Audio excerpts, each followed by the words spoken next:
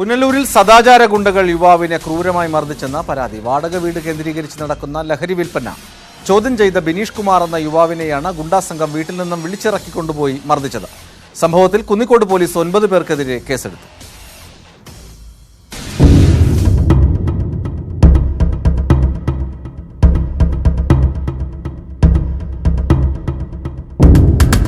ഈ മാസം 10-ാം തീയതി രാത്രി 9 മണിയോടെയായിരുന്നു സംഭവം. വീടിന് സമീപം വാടകയ്ക്ക് താമസിക്കുന്ന യുവാവും സംഘവുമാണ് ബിനീഷ് കുമാറിനെ മർദ്ദിച്ചത്. ബിനീഷ് കുമാറിനെ ഒരു സംഘം ആളുകൾ വീട്ടിൽ നിന്ന് വിളിച്ചിറക്കിക്കൊണ്ടുപോയി മർദ്ദിക്കുകയായിരുന്നുവെന്ന് ബന്ധുക്കൾ പറഞ്ഞു. വാടക വീട്ടിൽ പതുങ്ങിയിരുന്ന യുവതിയും ഭർത്താവും ഗുണ്ടകളും കതകടച്ച് മുളകുപൊടി കണ്ണിൽ വിതറിയ ശേഷമാണ് ബിനീഷിനെ മർദ്ദിച്ചത്.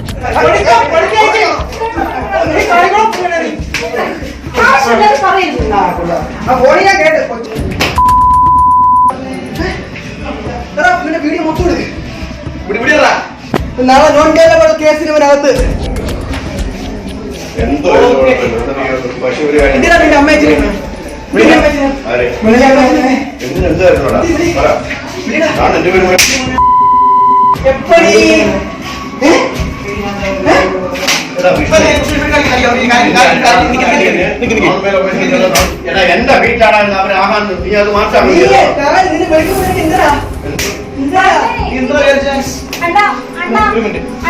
അണ്ണന്റെ പെണ്ണുകൂടെ പോകുന്നവർക്ക് ഞാൻ പോകത്തില്ല. ആവശ്യമില്ല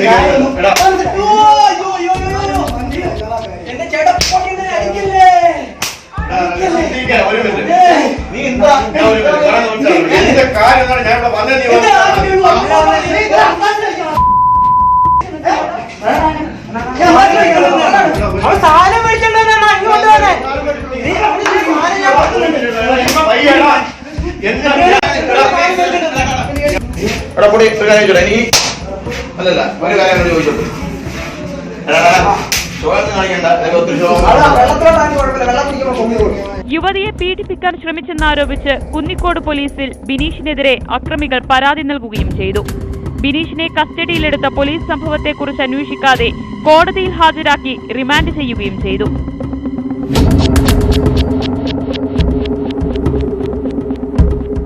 ക്രൂരതയുടെ ദൃശ്യങ്ങൾ കഴിഞ്ഞ ദിവസം സമൂഹമാധ്യമങ്ങളിൽ പ്രചരിച്ചതോടെയാണ് സംഭവത്തിന്റെ നിജസ്ഥിതി പുറം ലോകമറിഞ്ഞത്. കൊട്ടാരക്കര സബ് ജയിലിൽ കഴിയുന്ന യുവാവിന്റെ ആന്തരികാവയവങ്ങൾക്ക് ക്ഷതമേറ്റിട്ടുണ്ടെന്നും അടിയന്തര ചികിത്സ വേണമെന്നും ബന്ധുക്കൾ ആവശ്യപ്പെട്ടു. അവനെ ഇവിടുന്ന് 8 മണി കഴിഞ്ഞ് വിളിച്ചിറക്കി കൊണ്ടുപോയാണ് ഈ ചതി ചെയ്ത്. അവരുടെ വീട്ടിൽ 10-15ഓളം ആളുകൾ 4 മുറികളിലായിട്ട് ഒളിച്ചിരുന്നിട്ട് അവിടെ എൻ്റെ കുഞ്ഞ് ചെന്നപ്പോൾ എന്നെ വിളിച്ച് അവനെ അവിടെ കയറ്റി. അതിനുശേഷം അവനെ കതവടച്ചിട്ടാണ് എല്ലാവരും മാറി മാറി ഉപദ്രവിച്ച്. വിഷ്ണു 2 ചെവിക്കും അടിച്ചിട്ട് വലത്തെ കുഞ്ഞിൻ്റെ ചെവിക്കൂടെ ചോര വരുന്നു. 2 ചെവിയിലും അടിച്ചിട്ട് അവൻ ചോദിക്കുക, നിനക്കുള്ള 2 ചെവി ഇപ്പം സുഖമായില്ലയോന്ന്. അതുകൊണ്ട് പിന്നെ നിന്റെ അമ്മയെ വിളിയടാ അത് പെറ്റ തള്ള സഹിക്കുന്ന ഒരു രംഗമല്ല ഈ ചെയ്തു വെച്ചിരിക്കുന്നത്. അതുകൊണ്ട് എനിക്ക് നീതി കിട്ടിയേ വേണം. ജനങ്ങളിൽ നിന്നുള്ള ഒരു സഹായവും ഞങ്ങൾക്കാണ്. എൻ്റെ കുഞ്ഞിനെ ഇനി ആർക്കും ഒരു തള്ളമാർക്കും ഈ ഒരു അനുഭവം ഉണ്ടാവാൻ ഇടയാകാതെ വരണം. നിങ്ങളെല്ലാവരും ഞങ്ങൾക്ക് വേണ്ടി. എൻ്റെ കുഞ്ഞിന് ഒന്നിനും കൊള്ളത്തില്ല. അവനെ അടിച്ച് ഒരുപാട് ദേഹോപദ്രവം. എൻ്റെ കുഞ്ഞ് മൂത്രം ഒഴിക്കാൻ പോലും വയ്യാത്ത രീതിയിൽ ഇരിക്കുക. അവനെ സ്പ്രേ അടിച്ചാണ് കുഞ്ഞ് അവസാനം വീഴ്ത്തിയത്. അടിനവയ്ക്ക് ചവിട്ടിയേയും പിന്നെ എനിക്ക് ഒന്നാമത് സുഖമില്ലാതിരിക്കുന്ന ഒരു അവസ്ഥയിലാണ്. എനിക്ക് ഹാർട്ടിൻ്റെ അസുഖമായിട്ടിരിക്കുന്നതാണ്. ഒരു തരത്തിലും എൻ്റെ കുഞ്ഞിനൊരു നീതി എവിടുന്നായാലും ഞങ്ങൾക്ക് കിട്ടണം. ജനങ്ങളിൽ നിന്നും സർക്കാരിൽ നിന്നും നിയമപാലകരിൽ നിന്നും ഒരു സഹായം കിട്ടണം. അവന് മെഡിക്കൽ റിപ്പോർട്ട് പോലും കൊടുക്കാതാണ് അവനെ കസ്റ്റഡിയിൽ പോലീസ് വെച്ച് കോടതിയിൽ ഹാജരാക്കിയത്. ഇതിൻ്റെ CD എല്ലായിടവും ഇതിൻ്റെ CDയും ഞാൻ കൊണ്ടു കൊടുത്തിട്ടുണ്ട്. എൻ്റെ കുഞ്ഞിന് പിന്നെ നിയമമായിട്ട് നല്ല ഒരു ജനങ്ങളിൽ നിന്നും കിട്ടണം. ഇനി ഒരു തള്ളയ്ക്കും ഈ അനുഭവം ഉണ്ടാവാനിടയാകരുത്. തെറ്റ തള്ളമാര് സഹിക്കത്തില്ല. സംഭവം നടന്ന വാടക വീട് കേന്ദ്രീകരിച്ച് ലഹരി വസ്തുക്കളുടെ വിപണനവും സാമൂഹ്യവിരുദ്ധ പ്രവർത്തനങ്ങളും അരങ്ങേറുന്നുണ്ടെന്നും ഇത് ചോദ്യം ചെയ്തതിലുള്ള വൈരാഗ്യമാണ് അക്രമത്തിന് പിന്നിലെന്നും ബന്ധുക്കൾ പറഞ്ഞു. അതേസമയം ഇരു കൂട്ടരും തമ്മിലുള്ള സാമ്പത്തിക ഇടപാടുകളാണ് പ്രശ്നത്തിന് കാരണമെന്നാണ് പോലീസിന്റെ നിഗമനം. സംഭവത്തിൽ 9 പേർക്കെതിരെ കുന്നിക്കോട് പോലീസ് കേസെടുത്തു.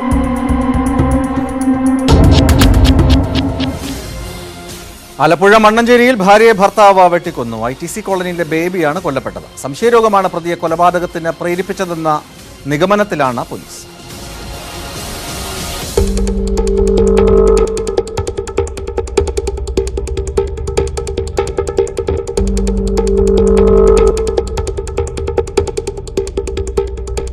ഒപ്പം കിടന്നുറങ്ങിയ ഭാര്യയെ കിടപ്പുമുറിയിൽ വെച്ചാണ് ഭർത്താവ് വെട്ടിക്കൊന്നത്.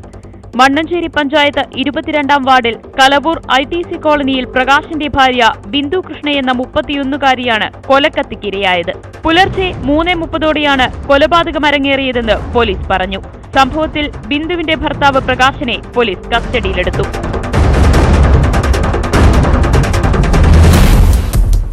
രാവിലെ ഉറക്കമുണർന്ന കുട്ടികളുടെ കരച്ചിൽ കേട്ട് അയൽവാസികളെത്തിയപ്പോഴാണ് വിവരം പുറത്തറിയുന്നത്.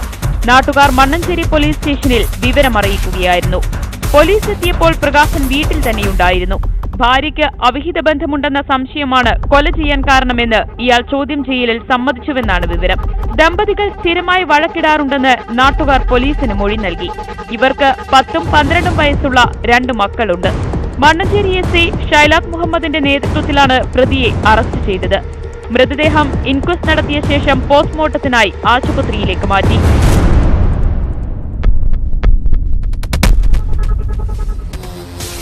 കണ്ണൂർ പയ്യാമ്പലം ഷൈജു കൊലക്കേസിലെ പ്രതി പോലീസിന്റെ വലയിലായി. ഞാറക്കൽ സ്വദേശി ശ്രീഗുരുവാണ് പിടിയിലായത്. കൃത്യം നടത്തിയ ശേഷം തമിഴ്നാട്ടിലേക്ക് കടന്ന പ്രതിയെ കോയമ്പത്തൂരിൽ വെച്ചാണ് പോലീസ് കുരുക്കിയത്.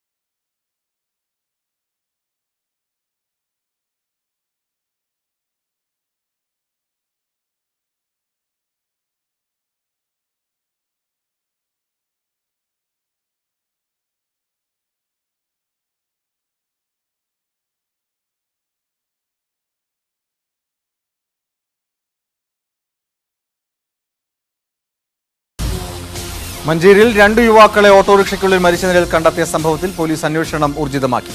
മയക്കുമരുന്നിന്റെ അമിത ഉപയോഗമാണ് യുവാക്കളെ മരണത്തിലേക്ക് തള്ളിയിട്ടതെന്ന നിഗമനത്തിലാണ് പോലീസ് സംഘം.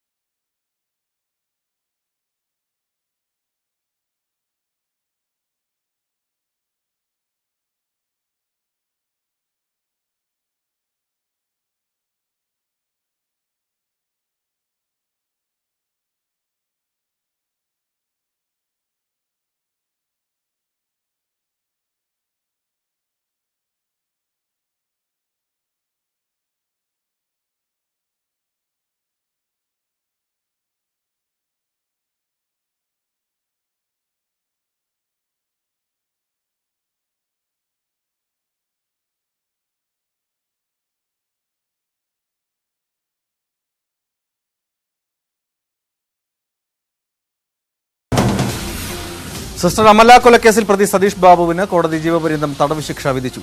പാലാ അഡീഷണൽ സെഷൻസ് കോടതിയുടേതാണ് വിധി.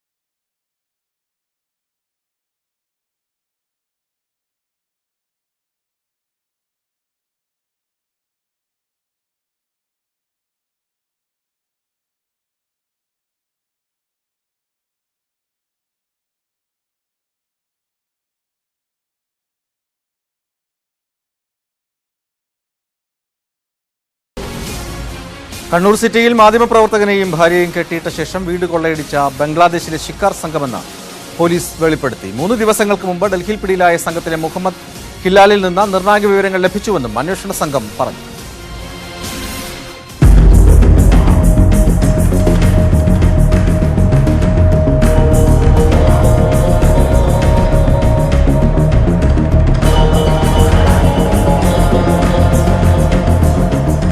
ബംഗ്ലാദേശിലെ ബാഗർഹട്ട് സ്വദേശി മുഹമ്മദ് ഹിലാലിനെ അതിവിദഗ്ധമായാണ് കണ്ണൂരിൽ നിന്ന് പോയ പോലീസ് സംഘം ഡൽഹിയിൽ വെച്ച് കുടുക്കിയത്.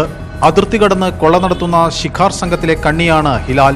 5 പേരടങ്ങുന്ന സംഘമാണ് കഴിഞ്ഞ സെപ്റ്റംബർ 6-ന് വിനോദ് ചന്ദ്രനെയും ഭാര്യയെയും ആക്രമിച്ച ശേഷം കെട്ടിയിട്ട് കൊള്ള നടത്തിയത്. കണ്ണൂര് സിറ്റി പോലീസ് സ്റ്റേഷൻ അതിർത്തിയിൽ താഴെച്ചുവയിൽ വെച്ച് മാതൃഭൂമി എഡിറ്റർ വിനോദ് ചന്ദ്രനെയും ഭാര്യയെയും കെട്ടിയിട്ട് കവർച്ച നടത്തിയ കേസിലേക്ക് ബംഗ്ലാദേശി സ്വദേശിയായിട്ടുള്ള ഒരാളിനെ അറസ്റ്റ് ചെയ്തിട്ടുണ്ട്. ഹിലാൽ എന്നാണ്, മുഹമ്മദ് ഹിലാൽ എന്നാണ് അയാളുടെ പേര്.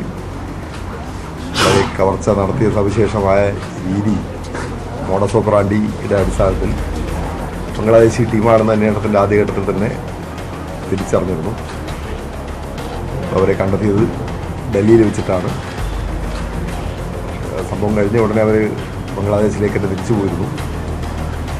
തിരിച്ച് രണ്ടാമത് വന്നിട്ട് വീണ്ടും മടങ്ങാനുള്ള ശ്രമത്തിനിടയിലാണ് ഇപ്പോൾ പിടിക്കുന്നത്. മുഹമ്മദ് ഹിലാലിൽ നിന്ന് വിനോദ് ചന്ദ്രന്റെ ATM കാർഡ് പോലീസിന് ലഭിച്ചു. സംഭവം നടന്ന ദിവസം പ്രദേശത്ത് നിന്ന് 18 ടവറുകൾ വഴി പോയ 2 ലക്ഷം ഫോൺ കോളുകൾ പരിശോധിച്ചതിലാണ് ബംഗ്ലാദേശ് സംഘത്തിന്റെ പങ്ക് വ്യക്തമായത്. കണ്ണൂരിൽ നിന്നുള്ള പോലീസ് സംഘം അതിർത്തിയിലെത്തി നേരത്തെ വിവരങ്ങൾ ശേഖരിച്ചു. പിന്നീട് കഴിഞ്ഞ തിങ്കളാഴ്ച ഹിലാൽ ഡൽഹിയിലെത്തിയെന്ന രഹസ്യ വിവരം പോലീസിന് ലഭിച്ചത് പ്രതിയെ പിടികൂടുന്നതിലേക്ക് വഴിവെച്ചു.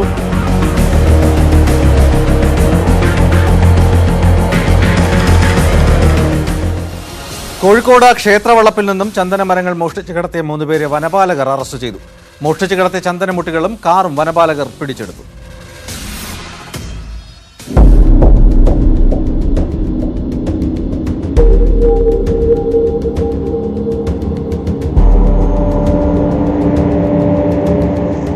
താമരശ്ശേരി ഫോറസ്റ്റ് റേഞ്ച് ഓഫീസ് പരിധിയിലെ കുരുവട്ടൂർ അങ്കറക്കുന്ന് കരിയത്താൻകാവ് ക്ഷേത്രവളപ്പിൽ നിന്നും 6 ചന്ദനമരങ്ങൾ മുറിച്ചു കടത്തിയ കേസിലാണ് 3 പേർ അറസ്റ്റിലായത്.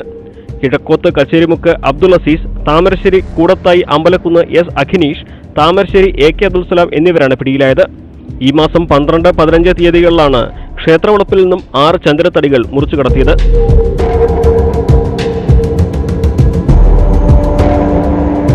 ക്ഷേത്ര കമ്മിറ്റി ഭാരവാഹികൾ നൽകിയ പരാതിയെ തുടർന്ന് Thamarassery forest range officer C Abdul ലത്തീഫിന്റെ നേതൃത്വത്തിലുള്ള സംഘം നടത്തിയ അന്വേഷണത്തിലാണ് പ്രതികൾ വലയിലായത്. ചന്ദനത്തടികൾ വിൽപ്പന നടത്തുന്നുണ്ടോ എന്ന് ചോദിച്ച് അസീസ് എത്തിയതായി ക്ഷേത്ര ഭാരവാഹികൾ മൊഴി നൽകിയിരുന്നു. അബ്ദുൽ അസീസിനെ തിരിച്ചറിഞ്ഞ വനപാലകർ ബുധനാഴ്ച രാത്രി ഇയാളുടെ വീട് വളഞ്ഞ് അറസ്റ്റ് ചെയ്യുകയായിരുന്നു. 20ഓളം ചന്ദനമുട്ടികളും ചന്ദനം കടത്താൻ ഉപയോഗിച്ച കാറും ഫോറസ്റ്റ് സംഘം പിടിച്ചെടുത്തു. ഇയാളെ ചോദ്യം ചെയ്തതിൽ നിന്നാണ് മറ്റു പ്രതികളെക്കുറിച്ച് വിവരം ലഭിച്ചത്. പ്രതികൾ ചന്ദനം മുറിച്ചു കടത്തുന്ന സംഘത്തിൽ ഉൾപ്പെട്ടവരാണെന്ന സൂചന ലഭിച്ചതായും ഇത് സംബന്ധിച്ച് കൂടുതൽ അന്വേഷണം നടത്തുമെന്നും forest range officer C Abdul Latheef പറഞ്ഞു. കരിയാത്തൻകാവ് ക്ഷേത്രത്തിലെ സ്ഥലത്ത് വെച്ച് 6 ചന്ദനമരങ്ങൾ മോഷണം പോയതുമായി സംബന്ധിച്ച് അന്വേഷണം നടത്തിയതിൽ 3 പേരെ നമ്മൾ അറസ്റ്റ് ചെയ്തിട്ടുണ്ട്. ഇവർ ഇത്തരം പ്രവൃത്തികളിൽ ഈ ഭാഗങ്ങളിൽ ഏർപ്പെട്ട് വരുന്നവരാണ്. കൂടുതൽ അന്വേഷണം ആവശ്യമാണ് ഈ കാര്യത്തിൽ. മോഷ്ടിക്കപ്പെട്ട സാധനങ്ങൾ കിട്ടിയിട്ടുണ്ട്. പൂർണ്ണമായും കിട്ടിയിട്ടില്ല, ഏകദേശം എല്ലാം കിട്ടിയിട്ടുണ്ട്. അതിന് 2 തവണയായിട്ടാണ് മോഷ്ടിച്ചത്. ആദ്യത്തെ തവണ മോഷ്ടിച്ചത് സംബന്ധിച്ചിട്ടുള്ള സാധനങ്ങൾ കുറച്ചുകൂടി ലഭിക്കാനുണ്ട്. Deputy range officer MK Rajeev Kumar, section forest officer KP Abdul Gafoor, beat forest ഓഫീസർമാരായ C Aslam, P Jalees, driver Jithesh എന്നിവരടങ്ങിയ സംഘമാണ് ചന്ദനമോഷ്ടാക്കളെ പിടികൂടിയത്. താമരശ്ശേരി കോടതിയിൽ ഹാജരാക്കിയ പ്രതികളെ 14 ദിവസത്തേക്ക് റിമാൻഡ് ചെയ്തു.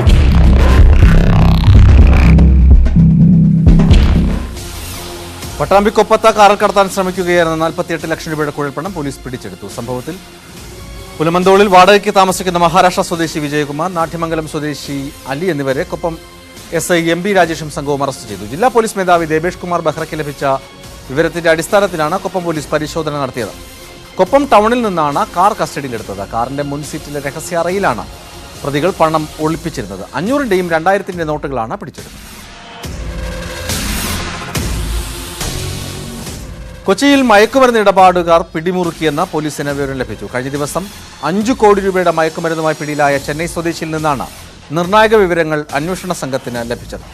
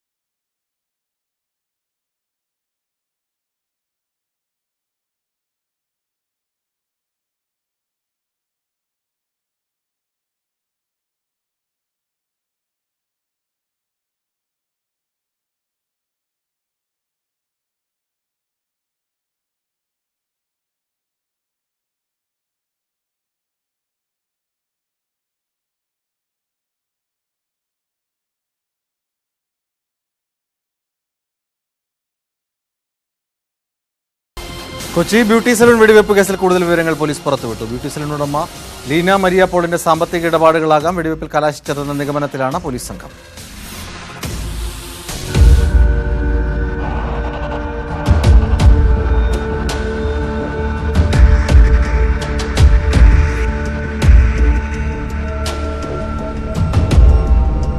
ലീന മരിയ പോളിനും ബിസിനസ് പങ്കാളി സുകേഷ് ചന്ദ്രശേഖരനുമെതിരെ പണമിടപാടുമായി ബന്ധപ്പെട്ട് 20 കേസുകളുണ്ടെന്നും ഇക്കാര്യം സ്ഥിരീകരിക്കാൻ 2 അസിസ്റ്റന്റ് കമ്മീഷണർമാരെ ചെന്നൈയിലേക്കും ബംഗളൂരുവിലേക്കും അയച്ചിട്ടുണ്ടെന്നും പോലീസ് ഹൈക്കോടതിയിൽ വ്യക്തമാക്കുകയായിരുന്നു.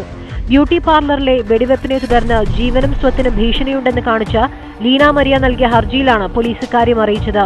ബ്യൂട്ടി പാർലർ വെടിവെപ്പ് അന്വേഷണത്തിന് തൃക്കാക്കര എസിയുടെ നേതൃത്വത്തിൽ പ്രത്യേക സംഘത്തെ നിയോഗിച്ചെന്നും ലീനയ്ക്കെതിരെ സംസ്ഥാനത്തുള്ള കേസുകൾ പരിശോധിക്കുകയാണെന്നും പോലീസ് കോടതിയിൽ വിശദമാക്കിയിരുന്നു.